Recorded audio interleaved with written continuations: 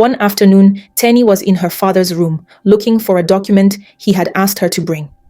As she searched through his desk drawers, she stumbled upon a folded paper. Curious, she opened it, and what she found broke her heart. It was an agreement, signed by Chike. The document stated that he had accepted 10 million naira from her father in exchange for leaving her and never contacting her again. Teni's hands trembled as she read it. "So Chike gave up on us for money," she whispered. "After everything we've been through?" Her chest tightened and her eyes filled with tears. "He didn't even tell me. How could he just take the money and walk away like I meant nothing to him?" She sat on her father's bed, still holding the paper, her heart shattered.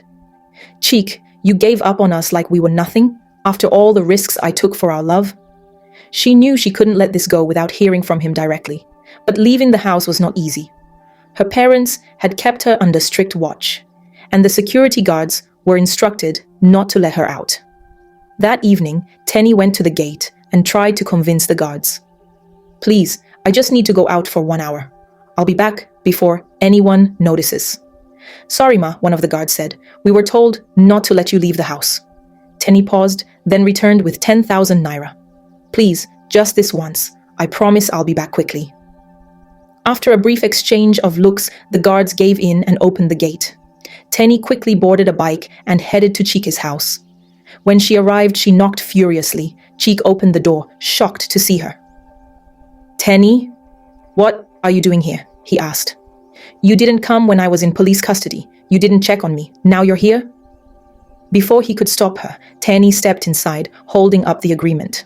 "How could you do this, Chike? You took money to leave me.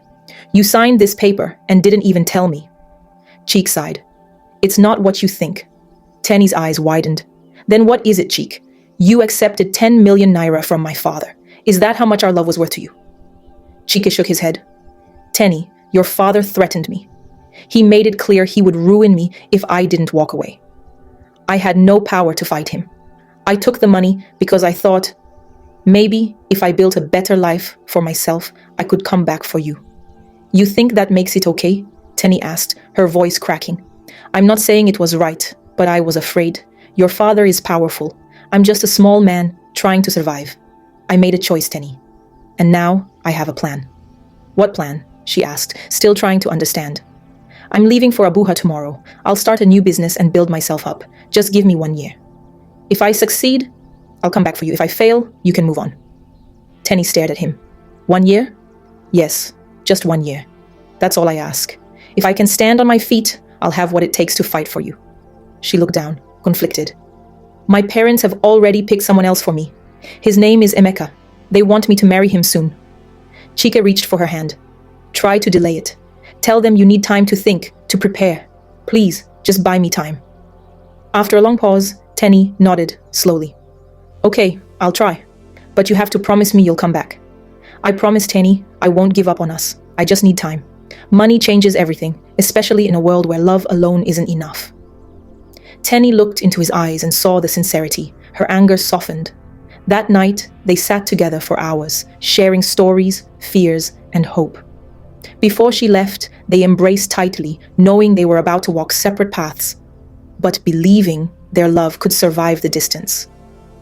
The next morning, Chike packed his bags and left for Abuja. Teni watched him go, her heart filled with hope and worry. When she returned home, she acted as if nothing had happened. Her parents had no idea she had left the house. But deep down, Teni was already making plans to stall the arranged marriage and wait for the man she truly loved. A month later, Teni made a surprising discovery. She was pregnant with Chike's child. 1 month after Chike left for Abuja, Teni started to feel strange. Her body felt heavy and she was constantly tired. At first, she thought it was malaria or typhoid, both common illnesses in Lagos. Concerned, she decided to go to the hospital for a checkup. "This has to be malaria or typhoid," Teni told herself. "It's been a while since I had proper treatment. I should see a doctor before it gets worse." She managed to get out of bed and called her driver, who took her to the hospital immediately. At the hospital, the doctor listened carefully as Teni described her symptoms. Weakness, nausea, and a loss of appetite. After taking some blood samples, the doctor returned with the results. "Teni, your tests for malaria and typhoid came back negative," the doctor said gently. "Then what's wrong with me?" Teni asked, looking confused. The doctor hesitated for a moment before answering. "Teni, you're pregnant." Teni froze. "Pregnant?" she whispered. "Are you sure?" "Yes. The test is positive," the doctor confirmed. Teni's heart raced. Her thoughts immediately returned to the last time she was with Chike before he left for Abuja. It hadn't even occurred to her that she might be pregnant. Now, her entire world felt like it was crashing down. "This is a disaster," she muttered to herself as she left the hospital. "How am I going to explain this? The father of the baby is gone, and my parents would never accept this." On the drive home, her thoughts were in turmoil. Her parents were already planning her wedding to Emeka, the senator's son. A pregnancy now, especially one involving Chike, would turn everything upside down. "What am I going to do?" she whispered as she stepped into the compound. She rushed to her room, locked the door, and collapsed onto her bed. She tried to think of a solution. She knew she couldn't hide it for long. Her body would begin to change, and her parents would notice. She thought about calling Chike, but she had no way to reach him. His phone had been stolen the day he was arrested. Before leaving for Abuja, he promised to contact her once he got a new phone, but she hadn't heard from him since. Later that evening, her mother knocked on her door. "Teni, come out. We need to discuss your wedding plans," she said. Teni opened the door reluctantly. Her mother was holding a list. "The wedding has been set for 2 months from now. We need to start shopping for your dress and finalize other arrangements." Teni tried to stay calm. "Mummy, can we postpone it a little? I haven't been feeling well. I need more time." "Postpone it?" Her mother frowned. "Why? Emeka's family is already preparing. We've spent so much on this wedding, you can't delay it now." Teni nodded quietly, not wanting to argue. "Okay, Mummy." Her mother seemed satisfied and left the room. Teni leaned against the closed door, tears forming in her eyes. She felt like a prisoner in her own home. The days that followed were filled with anxiety. Teni avoided food because the smell made her nauseous, and she started wearing looser clothes to hide any signs of pregnancy.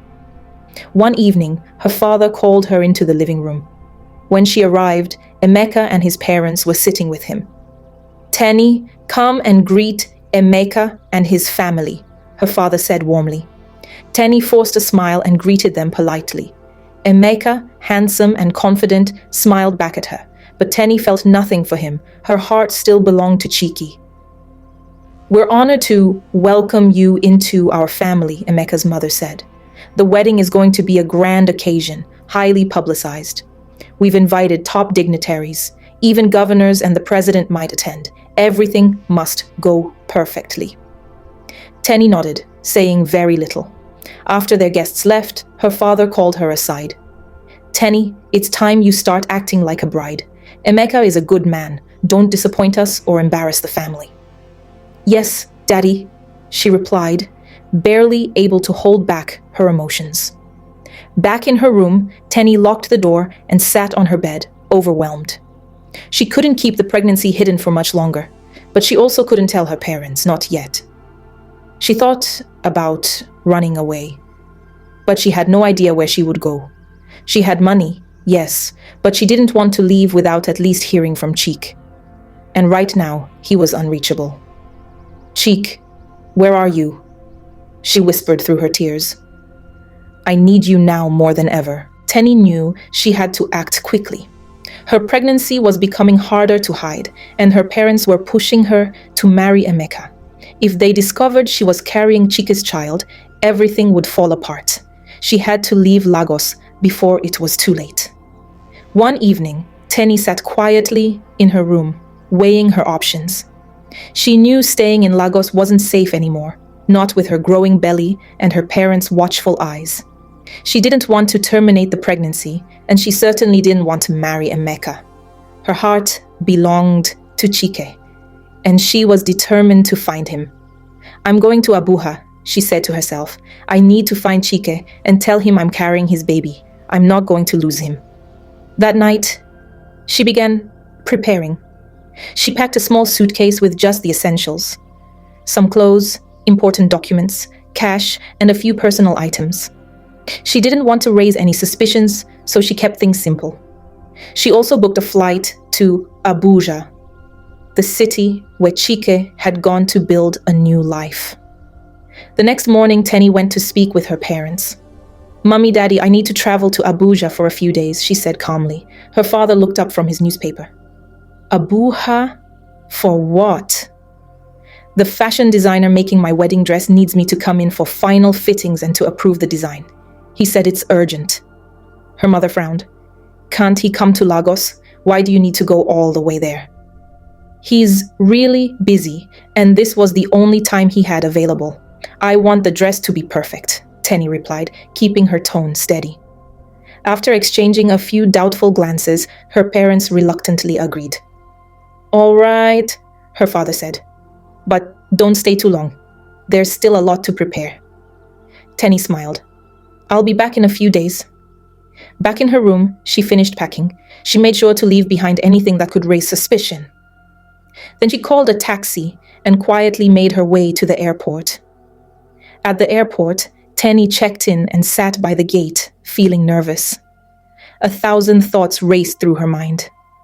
What if her parents found out she had lied? What if she couldn't find Chike? What if he didn't want anything to do with her anymore? But she pushed those fears aside. I'm doing this for love, she told herself, for me and our baby. The flight to Abuja was smooth, but Teni barely noticed. Her mind was focused on what lay ahead. She didn't know where Chike was staying, but she was determined to find him. After landing in Abuja, Teni collected her luggage and took a taxi to a nearby hotel. The room was small but clean and comfortable. She sat on the bed and took a deep breath. I'm here, Chike, she whispered. Now, I just need to find you. The next morning, she began her search. She visited markets, commercial areas, and neighborhoods where new businesses were springing up. She remembered Chike had mentioned he was coming to Abuja to start something new, so she focused her efforts in those areas. She thought about seeking help from the police or a private investigator, but feared her parents might track her through official channels. She didn't want them to know where she was, at least not yet. So Teni relied on her instincts. She began visiting restaurants, cafes, and public parks. She asked around, described Chike's appearance to strangers, and showed photos from her phone whenever someone was willing to listen. But no one recognized him. Days passed. She was growing tired, and her funds were running low. Each night she returned to her hotel room with sore feet and an aching heart. I must find Chike, she told herself. For me. For our baby. Eventually she realized she couldn't stay in the hotel much longer. So, she contacted a real estate agent and found a modest 2-bedroom apartment. It was nothing fancy, but it gave her peace of mind and a place to settle temporarily. She paid in full and furnished the space. That night, after settling into her new home, she lay in bed, staring at the ceiling. Chike, she whispered, I'm here. I have an apartment now, and I want us to live in it together. Her eyes welled up with tears. You said you were coming to Abuja, but you're nowhere to be found. Please, if you've gotten a new phone, call me. She cried quietly into her pillow, gently rubbing her belly. I'll find you, she promised herself, no matter what it takes. The next morning, Teni was woken by the sound of her phone ringing. She reached for it, still half asleep, and answered without checking the caller ID. Her mind had been full of thoughts about Chike, and each time her phone rang, she rushed to answer it, hoping it was him. She picked the call with urgency. Hello, she said, her voice weak but curious. Teni, it's me, Chike, the voice on the other end replied. Teni immediately sat up in bed, now fully awake. Chike? Is that really you? Yes, it's me, he said. I just got a new phone and SIM card. Teni's heart filled with joy. She had been searching for him for days, and now, finally, he was the one calling. Chike, I'm in Abuja. I came here to look for you. You're in Abuja? He asked, surprised. Where are you staying? I'm in my apartment. I rented a place here, Teni replied. I've been searching everywhere. I didn't know how to find you. I'm really sorry, Teni. I should have contacted you earlier, Chike said. I've just been extremely busy. I've rented an apartment too, and I've started an ice cream factory. I'm now supplying in bulk to vendors and the business is booming. I've started making good money. I used the money your father gave me wisely. Teni was amazed. Chike, that's incredible. I'm so proud of you. Thank you, Teni, he said warmly. I'll send you my address. Come over. We need to talk. I'll come right away, Teni said eagerly. Chike sent the address and Teni quickly got dressed. She packed her things and wore a simple gown, her heart racing with excitement. She couldn't wait to see Chike and finally share the truth about her pregnancy. She hailed a taxi and gave the driver the address. The ride was short. Soon, she arrived in a quiet and well-kept neighborhood. She looked around, impressed by how far Chike had come in such a short time. She found Chike's door and knocked. Chike opened it, and Teni's heart swelled. He looked even more handsome than she remembered. Dressed simply in a shirt and trousers, he radiated confidence and calm. Teni, come in, he said with a smile. She stepped into the apartment, and Chike closed the door behind her. It was modest but cozy, neatly arranged with a small living area, a kitchen, and a door that led to the bedroom. Chike, this place is lovely, Teni said, looking around. Then she walked into his arms, and they embraced tightly, holding each other like they never wanted to let go. Thank you, he replied. I've been working hard to build something for the future, for us. They sat down on the couch, still holding hands. Chike looked at her with concern. Teni, why did you come to Abuja? What's going on? Teni took a deep breath. Chike, I'm pregnant. It's your baby. Chike's eyes widened. You're pregnant, are you sure? Yes, I went to the hospital. It's confirmed, she said, quietly. I didn't know what to do. I couldn't stay in Lagos. I didn't want to marry Emeka, and I didn't want to do anything to harm our baby. I came to find you. Chike was silent for a moment, processing the news. Then a slow smile spread across his face. Teni, that's amazing news. We're having a baby. Teni looked at him in disbelief. You're not angry? Number, I'm happy, Chike said. This child is a gift. We'll raise the baby together. I'll take care of you both. I promise. Relief washed over Teni. All the fear and doubt she had carried melted away in that moment. Chike, my parents are still planning the wedding with Emeka. I lied to them and said I was going to Abuja to meet a fashion designer. They have no idea I came to see you. Don't worry, Chike said. We'll figure everything out. I'm not the same man they rejected. I now have a business, a home, and stability. I'll fight for you and for our child. Teni smiled, tears in her eyes. I believe in you, Chike. I've always believed in you. He reached for her hand. I love you, Teni. I'll do everything it takes to make you happy. I love you too, she whispered. They spent the evening talking about their future, about the baby, Chike's growing business, and how they would face Teni's parents together. Teni was blown away by how much Chike had achieved. You've really changed your life, she said in admiration. And I'm just getting started, Chike said. That money from your father changed my life. I turned rejection into opportunity. Later that evening, Chike took Teni out to a lovely dinner at a nearby restaurant. They laughed, shared stories, and felt a renewed sense of hope. When they returned to the apartment, they held each other close. That night, they made love and fell asleep, knowing their journey together had truly begun. After much discussion, Teni and Chike decided that the best thing to do was to return to Lagos and inform her parents about the pregnancy. They knew it wouldn't be easy, but they were ready to face whatever reaction her parents might have. Chike had worked hard to build his business, and he was now a successful man. He hoped that his progress would make Teni's parents see him in a new light. They booked a flight and traveled back to Lagos.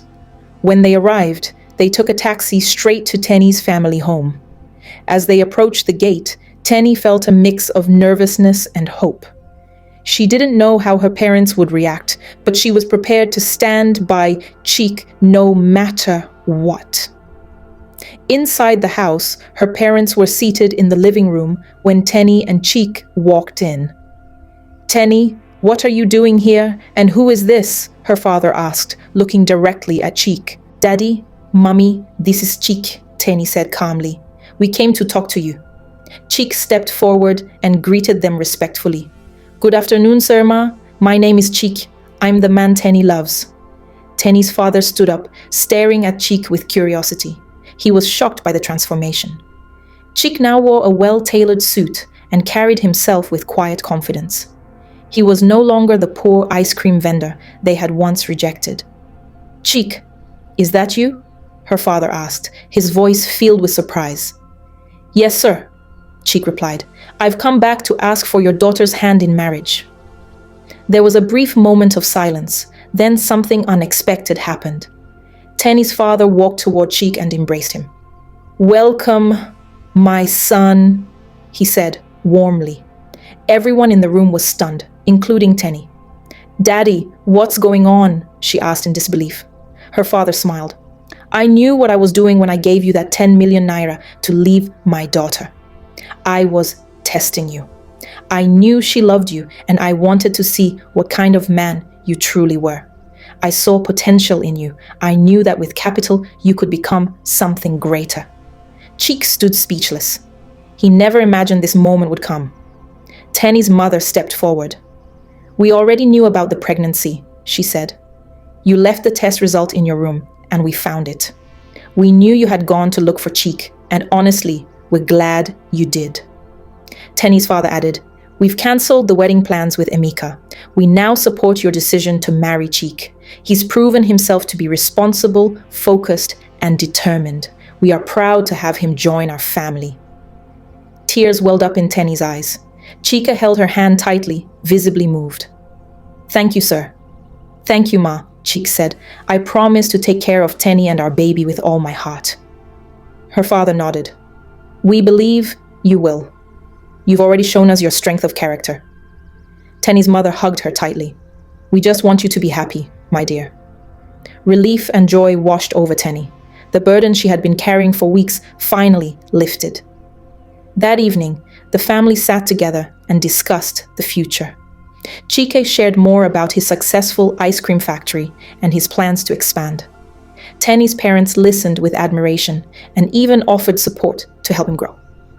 A few weeks later, Teni and Chike had a small, elegant wedding surrounded by close friends and family. It was a joyful celebration filled with laughter and love. Teni's parents stood proudly, watching their daughter marry a man who had worked so hard to build a better life. After the wedding, Teni and Chike moved into a beautiful new home in Abuja. Chike's business flourished. He became one of the most successful ice cream manufacturers in the country. Teni later gave birth to a healthy baby boy, and they named him Kenechukwu, meaning thank God. Teni's parents were overjoyed to become grandparents. They often visited Abuja, spending time with their grandson and proudly watching Chike and Teni grow stronger together. Years passed. Teni started her own fashion brand, which quickly became a household name. She and Chike supported each other's dreams and raised their son with love and unity. One peaceful afternoon, as they sat in their garden watching their son play, Teni turned to Chike with a smile. "I'm so glad we fought for our love," she said. "Look at how far we've come." Chike reached for her hand, his voice calm and full of gratitude. "Yes, Teni, love is worth fighting for, and I'll always fight for you and our family. I'm glad we never gave up." Thanks for watching. Don't forget to subscribe, like, and leave a comment.